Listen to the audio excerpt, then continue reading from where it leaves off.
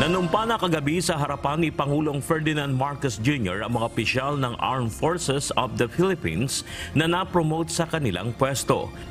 Sa kanyang talumpati, binigyang diin ng Pangulo ang kahalagahan ng pagiging handa ng AFP sa pagbibigay ng seguridad at pagtatanggol sa Pilipinas sa gitna ng mga umuusbong na bagong banta laban sa ating bansa. Ayon kay PBBM, kinakailangang nakahanda ang sandatahang lakas ng Pilipinas na mag-adapt at tumugon sa anumang banta laban sa ating national security.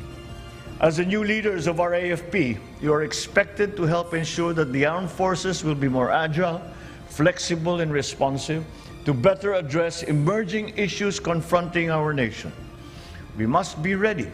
Our armed forces must be capable of securing and defending the archipelago from emerging threats. Bagaman kinikilala ng Pangulo ang mga ambag at sakripisyo na patuloy na ginagawa ng AFP para sa seguridad ng ating bansa, naniniwala ang Presidente na marami pa rin ang dapat na magawa ng sandatahang lakas ng Pilipinas.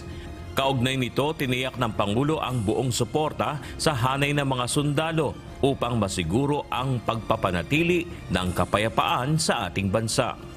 We must maintain our vigilance and guard against those actors, whatever nature or form they may take, who would threaten and jeopardize the peace we have striven and fought for all these many years. So I enjoin you to help ensure that the communities once beset by conflict are benefiting and continue to benefit from the gains of peace and our numerous development interventions.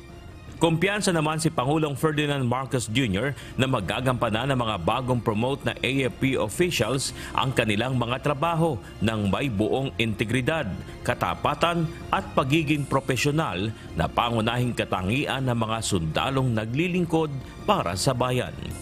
Bernard Dadis, UNTV News and Rescue.